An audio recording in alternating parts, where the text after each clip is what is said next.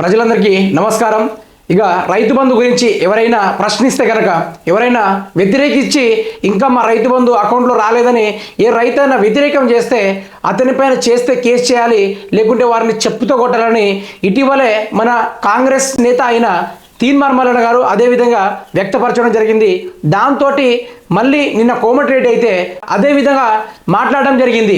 రైతు బంధు ఇంకా అకౌంట్లో ఎవరికి పడలేదు కదా సార్, అంతే రైతులందరూ ఈ విధంగా ధర్నాలు చేస్తున్నారు. జర్నలిస్ట్ క్వశ్చన్ అడిగితే దానికి మన కోమటిరెడ్డి గారు అయితే అలా అడిగిన వాళ్ళని చెప్పించి కొట్టాలని అంటున్నాడు.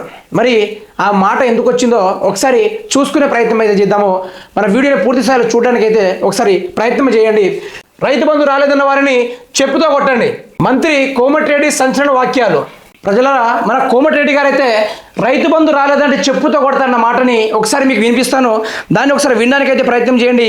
వీరికి అధికార మాంద్యంతో ప్రజలు మన మాటలు వింటున్నారు. మరి మనం ఏ విధంగా మాట్లాడాలనే ఇంగిత జ్ఞానం లేకుండా మాట్లాడుతున్నారు. ఒకసారి వినడానికైతే ప్రయత్నం చేయండి ఈ వీడియోని.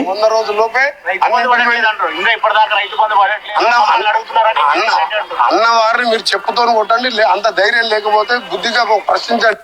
విన్నారు కదా, అన్న వారిని చెప్పుతో కొట్టండి, లేకుంటే వారి దగ్గరికి వెళ్ళి బుద్ధి చెప్పి మరీ చెప్పండట. అంటే రాలేదని చెప్తే అరే భాయ్ నీకెందుకురా అన్నట్టు పోయి కొట్టేసి రావాలా, లేకపోతే వారిని సంజాయించి రావాలా, లేకుంటే ప్రభుత్వం ఇస్తుంది, కొంత టైం పడుతుంది, పార్టీ ఇప్పుడే స్థాపన అయ్యింది కదా, కొన్ని రోజులైనా ఆగండని ఆ నోటి మాట రావడం లేదు ఈ ప్రభుత్వానికి. ఏమని అంటే చెప్పుతో కొడతాను, లేదంటే వారిపైన కేసులు బనాయించి వారిని బొక్కలో నొక్కి వారి బొక్కలని సాఫ్ చేస్తున్నట్టుగా మాట్లాడుతున్నారు ఈ ప్రభుత్వం వాళ్ళు. మరి వీళ్ళకు అధికార మాంద్యం ఇంత వచ్చినప్పటికీ ప్రజలు ఓటేస్తేనే కదా ఈరోజు అధికారంలోకి వచ్చి వారిని పరిపాలిస్తున్నది. మరి ఇది ప్రజలు ఒకసారి అర్థం చేసుకోవాలి. మరి మిగతా మ్యాటర్ చూసుకుంటే ప్రజాపాలన అన్నారు, ప్రజల వద్దే పాలన అన్నారు. ప్రజలందరూ సంఖ్యలు పలగొట్టి ఈరోజు కాంగ్రెస్ అందరికీ స్వేచ్ఛనిచ్చింది, ఈరోజు ప్రజలందరూ చాలా సంతోషంగా ఉన్నారు అని చెప్పిన ఈ కాంగ్రెస్ వాళ్ళే ఈరోజు ఎవరైతే వారి అకౌంట్లో వాళ్ళు ఇచ్చిన హామీనే, ప్రజలకు స్పెషల్గా దాన్ని ఏరికోరి అడగలేదు, వారు ఇచ్చిన హామీలోనే రైతు బంధు మేము వచ్చి రాగానే ఇస్తామన్న ఈ కాంగ్రెస్ పార్టీ ఇప్పటిదాకా రైతు బంధు వేయకపోవడంతో రైతులు ధర్నాలు చేస్తూ ఉంటే రైతుల బాధను కాస్త జర్నలిస్టు కోమటిరెడ్డిని అడిగితే అలా అడిగిన వాళ్ళు చెప్పించి కొట్టాలంటున్నాడు. మరి ఇది అధికారం మాంద్యం అనుకోవాలా, లేకపోతే ఏమనుకోవాలి? వీళ్ళని ప్రజలు ఏరుకోరి వీరిని అధికారం ఇచ్చినప్పుడు వీరు ప్రజల్ని దండించబెంటిది, ప్రజల్ని కొట్టడబెంటిది, ప్రజల్ని అడిగితే చెప్పించి కొడతారట. ఇది వీళ్ళ ప్రజాపాలన. రైతు బంధు అడిగితే చెప్పుతో కొడతానంటూ ఇటీవలే కాంగ్రెస్ నేతల తీన్మార్ మల్లన్న కామెంట్. పెట్టుబడి సాయంపై అసహనంతో కాంగ్రెస్ నేతలు ఎన్నికలకు ముందు డిసెంబర్ 9నే ఇస్తామన్నారు. అధికారంలోకి వచ్చాక డిసెంబర్ 11 నుంచి రైతుల అకౌంట్లో పడిపోతాయంటూ ప్రకటన. నెలన్నర గడిచిన రైతుల ఖాతాలో పడని పైకం. ఇంకెప్పుడు ఇస్తారని అన్నదాతల నుంచి ప్రశ్నలు. రైతుల ప్రశ్నలతో కాంగ్రెస్ నేతల అసహనం. రైతు బంధు అడిగితే చెప్పుతో కొడతామంటూ వాక్యాలు. లీడర్ల కామెంట్స్తో భగ్గుమంటున్న రైతాంగం. ఇప్పుడు ఇదే కాంగ్రెస్ పార్టీ గవర్నమెంటు ప్రతిపక్షంలో ఉన్నప్పుడు మాత్రము బీఆర్ఎస్ పార్టీ చేస్తున్న అవినీతిని ఉక్కుపాదం మోపాలన్న మన కాంగ్రెస్ గవర్నమెంటే ఈరోజు అదే కాంగ్రెస్ గవర్నమెంట్ అధికారంలోకి వచ్చి ప్రజల పక్షాన నిలబడుతుందేమో అని ప్రజలు ఎదురు చూసి ప్రజలు వారిని అధికారం ఇచ్చినప్పటికీ ఈరోజు ఎవరైతే వారి గొంతు విప్పి ఎదురు తిరిగి ఎవరైనా ప్రశ్నిస్తే మాకు మీరు ఏదైతే హామీ ఇచ్చిన పథకం మాకు అందలేదు అయ్యా అని ఎవరైనా క్వశ్చన్ రైజ్ చేస్తే, ప్రభుత్వాన్ని అడగదలుస్తే వారిని చెప్పుతో కొట్టేస్తారు వీళ్ళు. అధికారం లేనప్పుడేమో అయ్యా బాంచ అనుకున్న మొక్కిళ్ళు, అధికారంలో వచ్చినప్పుడేమో చెప్పించి కొడతా అంటున్నారు. ఏదో వికటకి సామెత ఉంది చూడండి, అందుతే చుట్టూ అందకుంటే కాళ్ళు, ఆ విధంగా ఉంది పాలన అనేది. చెప్పుతో కొడతా అంటే ఎవరు చూస్తూ ఊరుకోరు కదా. రైతు ఏడ్చిన రాజ్యం, ఎద్దు ఏడ్చిన వ్యవసాయం నిలవదని పెద్దలు చెబుతుంటారు. రైతు దేశానికి వెన్నుముక. రైతు 6 గలం కష్టపడితేనే దేశంలోని ప్రజలు 4 మెతుకుల నోట్లకి పోతాయి, లేకపోతే ఎంతటి ధనవంతుడైనా పస్తులు ఉండాల్సిందే. అంతేనే కాదా, రైతు వ్యవసాయం చేస్తేనే ఈ దేశం కడుపు నిండా 4 మెతుకులు తినగలుగుని జీవిస్తారు, ఎంత ధనవంతుడైనా సరే. మరి అలాంటి రైతుని గౌరవించాల్సింది పోయి, అలాంటి రైతుని హామీల పథకాలు ఏదైతే ఇచ్చిన హామీ పథకాన్ని వారు ఇవ్వాల్సింది పోయి కొడతా అంటున్నాడు. దీనికి ప్రజల యొక్క తీర్పు ఏ విధంగా ఉందంటే, గుడ్డలు కూడా తీసి కొడతాం కోమటిరెడ్డి, ఏ మాటలు మాట్లాడుతున్నావు, మత్తుణ్ణి మాట్లాడుతున్నావా అని రైతాంగం వారు క్వశ్చన్ చేయడం జరిగింది ఇక్కడ. మరి అధికారంలోకి వచ్చినప్పుడు చెప్పులతో కొడతా చేత్తో కొడతా అని నానా రకాలుగా ముచ్చట్లు మాట్లాడుతూ ఉంటే మరి ఓటేసి గెలిపించిన రోజుల్లో హామీ పూర్తి చేస్తాము ఉచిత కరెంట్ అంటాడు. కొన్ని రోజుల తర్వాత ఎవరైనా రైతు బంధు అడిగితే కనుక వారిని మాత్రం చెప్పుతో కొడతా అంటాడు. మరి ప్రజలు కొట్టించుకోవడానికి సిద్ధంగా ఉన్నారా? మరి గుడ్డలు కూడా తీసి కొట్టేంత తప్పు పని అయితే చేసుకున్నాడు మన కోమటిరెడ్డి గారు. అయితే రాష్ట్ర ప్రభుత్వంలోని వ్యక్తుల కాంగ్రెస్ పార్టీకి చెందిన నాయకులు తీవ్ర అసహనంలో ఉన్నట్టుగా కనిపిస్తుంది. ఈ మధ్య మంత్రులు కాంగ్రెస్ పార్టీ నాయకులు చేస్తున్న వ్యాఖ్యలే దానికి నిదర్శనం. మరి ముఖ్యంగా రైతుల విషయంలో కాంగ్రెస్ నాయకులు మరి దిగజారి మాట్లాడుతున్నట్టుగా కనిపిస్తుంది.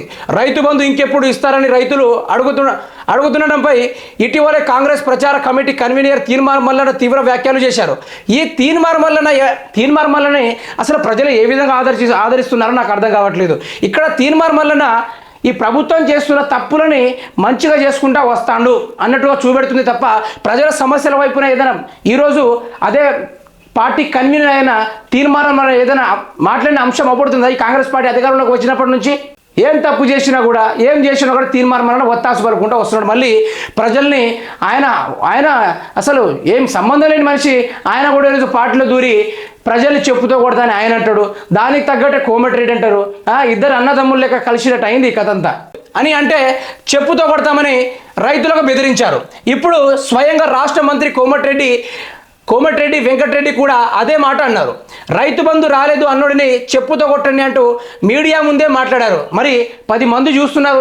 యావత్ తెలంగాణ రాష్ట్ర ప్రజలు ఈరోజు నన్నే చూస్తారన్న మాటలు ప్రత్యక్షంగా వింటారు. కాబట్టి నేను అదుపులో ఉండి మాట్లాడాలని మాట తీరు మంచిగా మాట్లాడాలని మన కోమటిరెడ్డి గారికి అయితే ఇంత జ్ఞానం లేదండి.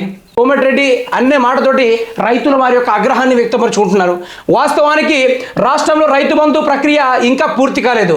ఇప్పటికే లక్షలాది మంది రైతులకు రైతు బంధు డబ్బులు అకౌంట్లో పడలేదు. గత ప్రభుత్వం హయాంలో యాసంగికి సంబంధించిన రైతు బంధు డబ్బులు డిసెంబర్ నెలలో అకౌంట్లో పడేవి. కానీ ఈసారి ఇప్పటి వరకు రాలేదు. అధికారంలోకి రాగానే ఎకరానికి ఏడాది 15,000 ఇస్తామని కాంగ్రెస్ చెప్పింది. మరి చెప్పినప్పుడు ఇచ్చుకోవాలి కదా రైతు బంధు 15,000 రూపాయలు. అదే 7,500 రూపాయలు మరి యాసంగు సాగు ఇచ్చుకోవాలి కదా. ఈ గవర్నమెంట్ ఇచ్చిన హామీ ఇచ్చుకోవాలి కదా.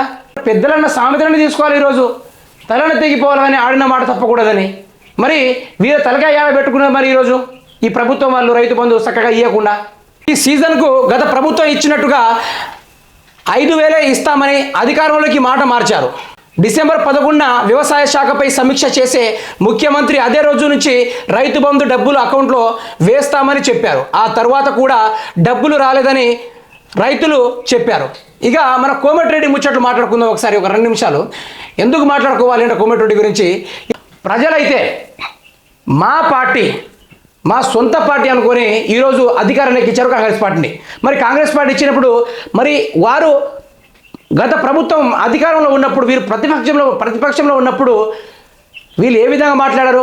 అయ్యా బాంచన్ అనుకుంటూ మాట్లాడారు. ఒక్కసారి చేసేయండి, మేమేందో చూపెడతాము, ప్రజాపాలన ఏ విధంగా ఉంటుంది, ప్రజల్లోకి పాలన తీసుకొచ్చి మీ యొక్క సమస్యలు పూర్తి స్థాయిలో తెలుసుకొని మేమైతే ఈరోజు పరిపాలిస్తామని చెప్పిన మన కోమటిరెడ్డి, అదేవిధంగా రేవంత్ రెడ్డి, బట్టి విక్రమార్క తదితర కాంగ్రెస్ నాయకులందరూ తమ పాత్రలో లీనమయ్యి సమర భేరిని మోగించడం జరిగింది. మరి అప్పుడు మోగించినప్పుడు ఈరోజు అధికారంలోకి వచ్చినప్పుడు ఎవరైతే తెలంగాణ గొంతుక విప్పి మరి ఈరోజు మాకు ఈ పథకం రాలేదని ఎవరైనా అడిగితే వారిపైన దండయాత్ర చేస్తుంది. ఈరోజు చెప్పండి, ఏడ ఉంది ప్రజాపాలన?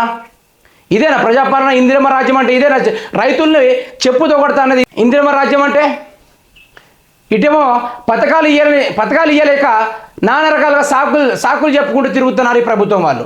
ఏమనంటే బీఆర్ఎస్ పార్టీ చేసిన గత అప్పులను తీర్చుకుంటూ ఈరోజు ఎంపీ ఎలక్షన్లో భారీ మెజారిటీ కొట్టాలని చూస్తున్నారు కాంగ్రెస్ పార్టీ వాళ్ళు.